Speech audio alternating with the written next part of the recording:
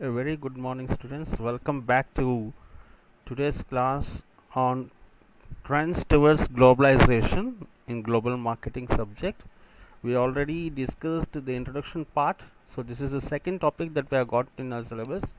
So this particular class basically focuses on what led to globalization and how the globalization has impacted the field of global marketing. I mean, how our global marketing was influenced by globalization and what has led to this particular globalization. So that's what we are going to see in today's class. Without wasting much time, let's get into our class. So these are the drivers of globalization or the drivers of global marketing. What led to globalization or what led to global marketing? The answer is found here. So we have these particular factors which led to the globalization. So when we read them clockwisely, technology, multinational companies, lower tariffs, improved transport, labor mobility, and capital mobility. So we have six factors. So these are the six factors that led to globalization. Okay. So let's see each one of them in detail. So when we take the first one, that is capital mobility. Now what do we mean by the word capital here? The word capital here is nothing but money. That particular money that is required to run a business, that particular money that is required to start a new business. Okay, we can also call that as a seed capital, we can call that as a working capital. No, this particular words can be used. So for a multinational organization which happens to enter into new countries, now gaining capital or getting funds from the financial organizations in that particular country might be difficult, so they will have to source their own funds, right? So that, I mean, previously getting finance to fund a project or getting finance to start a business in a new country was quite difficult. Today those days are gone. Today capital mobility, thanks to capital mobility, today we have people are able to raise funds wherever they are located or wherever they would like to do businesses. All right. So getting business loans for offshoring projects has become easy, and today we have organizations like Asian Development Bank, World Bank, and there are other foreign banks like HSBC, Bank of America, and etc., which fund these overseas projects, and they also fund new business operations in an abroad country. Okay, and raising that's one particular option. The other option is, apart from the financial institutions, capital can be raised from the stock markets. Now one of the first organization to be listed in United States stock market, Nasdaq, happens to be Infosys, right? So share capital, I mean, just because you're an Indian company does not mean to say that you will have to raise the share capital only from the Indian stock exchanges. Now we can go list our company in any of the abroad stock exchanges. We can go list our company in United States and then raise capital, raise money from there. Okay, and apart from this particular share capital, we also have other people who are interested to invest money on businesses. We have organizations like venture capitalists and angel investors. Now these people show a lot of interest in startup companies. Okay, today startup companies are having global footprint thanks to our venture capitalists and angel investors who have made that particular dream a reality. So capital mobility, that's how happens to drive this particular globalization. Now one of the most important, we generally say in business parlance, money or capital is the lifeline of business, is just like blood. Now just the way blood is the lifeline for a human being, similarly for a business, capital is the lifeline. Okay, so today getting capital is not an issue at all. Getting capital is no longer a barrier, it's not a bottleneck or a hurdle. Okay, so getting capital in those particular countries where you want to do business has become quite easy. So that's how capital mobility has led to globalization. And the second thing that we see is labor mobility, movement of labor, movement of employees, movement of skilled manpower, movement of talented people across the globe. Now that again has become a reality. Years back, going to United States, working there, or going to Dubai, working there was no like a big thing, because you'll have to go through this particular shapes and all, and those particular shapes used to take lot of time. Now traveling to United States was like no traveling for ages. Now that thing has come down thanks to the air travel in the 28th century, right? This particular inventors, Wright brothers, who happened to gift us this particular aeroplane. Ever since air transport has come, distance has become very short, and it has become quite easy. So today, people who are working in Delhi are able to do their particular business in Mumbai. Morning they catch a flight, land in Mumbai, get their particular work done, and then they'll report. I mean, they'll go back to their home by evening. So that's been in reality. Had air transport not been a reality, now we should have got issues in labor mobility. Okay, thanks to that particular. And Cold War has brought up lot of physical barriers between this 4 decades from 1940s to 1990s. But ever since the Iron Curtain was broken down, the Great Berlin Wall has been demolished, the Iron Curtain was removed. Now the physical barriers across the world have drastically come down. Now since the physical barriers have come down, labor mobility happened to be very easy. Previously, traveling from Germany to France was very difficult during the era of the Cold War. Or traveling from Poland to the neighboring country, Norway was very difficult. Traveling from Finland to the neighboring country was very difficult in Europe. But thanks to this particular removal of this particular Cold War and to the end of the Cold War, today we have something called as European Union. So we no longer have the physical boundaries, we no longer have got those particular fences. Okay, in the same city, a part of the city belongs to Denmark, a part of the city belongs to Sweden, right? So especially this particular trade unions like European Union, Association of Southeast Asian Nations, Asian, and so on, so have created borderless nations, and that has led to the labor mobility. And similarly, one of the reasons that has led to labor mobility apart from this is rise in secularism, where we are tolerant towards the other religions. Previously there was lot of hostility towards other religions. Right, now this particular intolerance towards the other religions keep rising every now and then. Now I don't say that today tolerance is prevalent everywhere. We still have issues. Now we still have travel bans, right? In the most powerful country in the world, or the most secular country in the world, which is United States, they have got intolerance towards Islam. And similarly there are certain restrictions even in India also, right?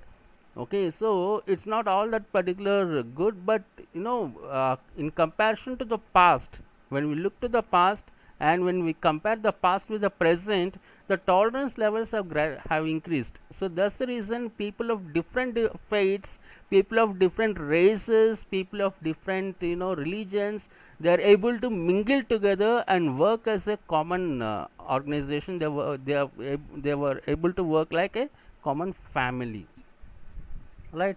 And a lot of people who are working in underdeveloped countries or developing countries, where they are not paid for their talent, where they are not paid rightly for the talent, they happen to move to the developing countries. Labor mobility has led to brain drain. We have seen that in India, right? And of course there is a reverse brain drain also. So today crisscrossing the world is not that particularly difficult.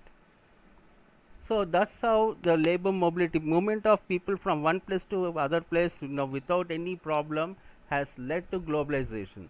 Now when we look at the labor mobility again, today in almost like in more than 25 or 40 countries, we can have visas as soon as we land on the airport. You don't need a prior visa to board an aeroplane, right? We have something called visa on arrivals. Thanks to the trade agreements that we have got with number of countries, now in this particular developed countries, you can get a visa on arriving over there. Okay, so these things like, visa and arrivals and all, they help in our labor mobility. They help in moving towards or inching towards globalization. The next is our improved transport. Now, transport sector has seen a phenomenal change over the past few years, and today and the coming future, right? Say in the mid part of this particular 21st century, it's going to see a drastic changes. Right, there are rapid technological advancements in this particular area called transport sector. So once upon a time, people could not imagine flying from Hyderabad to Rajahmundry in through air. There were no aeroplanes and there was no airport. Even though the airport was available in places like Rajahmundry, in places like Tirupati, in places like places like Vijayawada. Now, these particular airports were dysfunctional. They were not operated. Only in case of emergencies they were operated. Now, slowly the governments have made them into domestic airports, and Vijayawada airport has made as it international. Today, we have two international airports in our state. One is in Visakhapatnam, the other was in is Vijayawada. Right now, access to we have got direct access from Visakhapatnam to Singapore. Similarly, we have got direct access from Vijayawada to Gulf countries to Dubai. So you need not go to places like Hyderabad or Chennai to get a direct Gulf flight to go to fly to Dubai. You need not go to all these particular places and all. Now from your own cities, we are connected internationally. This particular changes again have led to the movement of globalization, right? And nowadays time has become very precious. In such an era, again this improved transport plays a very important role. Now looking at the future modes of transport, now we have got future modes like hyperloop, futuristic subway, pedestrian pods, and so on and so forth. Now these particular things like hyperloop and pedestrian pods, they are going to change the entire transportation sector. Hyperloop, for example, if you take to travel between Dubai and Mumbai. So in future, if you are going to connect Dubai and Mumbai, now the travel time in a hyperloop will be far less than the travel time through air.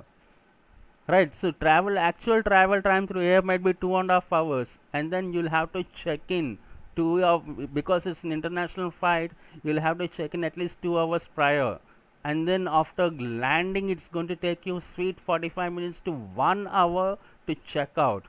But if you are taken Hyperloop, it's going to take just 45 minutes. That's all it's going to take. 40 or 45 minutes to travel all the way from Dubai to Mumbai. We are talking about technologies like that. We are talking about revolutionary technological changes that are going to happen in this particular transport sector. So this is again one of the major reason for globalization to happen, and that's what is going to contribute to our global marketing. Next is our tariff system. Now tariff system, when we look at this particular, tariffs have drastically been reduced. Now what happens when you reduce tariffs? Tariff is nothing but a form of a tax that is imposed by a country on export and import. So it's a form of a tax that you'll have to pay. So what happens with this particular tariffs is reduced tariff has got number of benefits. Okay, this particular reduced tariffs have got number of benefits. For example, some of them happened when you reduce tariffs, obviously exports are going to increase and imports are going to increase. So that means a better trade between different countries, and this particular rise or increase in this particular trade volume is going to immensely help us, right? Because we are going to generate more income. Similarly, this particular lower tariff also leads to economies of scale, right? Economies of the scale in the sense large scale production, right? So when we are able to control the tariffs, we can have something like SEZ, special economic zones, and we can turn these special economic zones into manufacturing hubs. Okay, and finally making use of the surplus raw material, right? Since we are living in globalization, thanks to globalization, this particular raw material which we have got surplus, we can put it to better use and sell these products around the world, right? The next factor that led to the growth of global marketing or globalization is multinational companies. Multinational companies have immensely contributed to the growth of globalization, because multinational companies, when they enter in a new country, they bring a whole lot of things along with them. So now here in this slide, let us see how this particular multinational countries happen to contribute to globalization. The first thing that a multinational company does is they bring in foreign direct investment, and this particular foreign direct investment is going to immensely benefit this particular host country. Right. So when a multinational company comes from abroad, they'll have to first invest money on the infrastructure. They'll have to invest money on many things, and then only they can start the business. Right. And this particular investments lead to huge rise in employment. And when we are providing employment, we also pay them salaries. When you pay them salaries, they create demand. Consumption happens. Consumption leads to production. Production leads to investment. So that's the vicious cycle. So what I'm trying to tell you is, this particular multinational companies, they not only benefit globalization, but they also benefit the host economy in the host country. And second thing that multinational companies do is they transfer knowledge and technology. They bring their knowledge with them, they bring their technology to them. Products that were hitherto not available to us will be available to us today. Right? The best example of this particular multinational company is like today, in a small place like Kakinada, we are having multinational outlets. There's something like Baskin Robbins which is available. There's something like KFC which is available, McDonald's which is available. Hitherto these brands were not available to us. Now today they are available to us today, thanks to these multinational companies. And the other thing multinational does is they contribute immensely for the international trade. Right, because sometimes you'll have to transport raw material from the other countries. The plant is located in India. The raw material may come from we may need this particular raw material from South Africa. Right. So this particular thing leads to trade, importing and exporting. So we import the raw material, and then we turn them into finished goods, and this finished goods is being again exported to the other parts of the world. We are not only going to sell that particular part only in India, but we are also going to sell this particular products in other parts of the world also.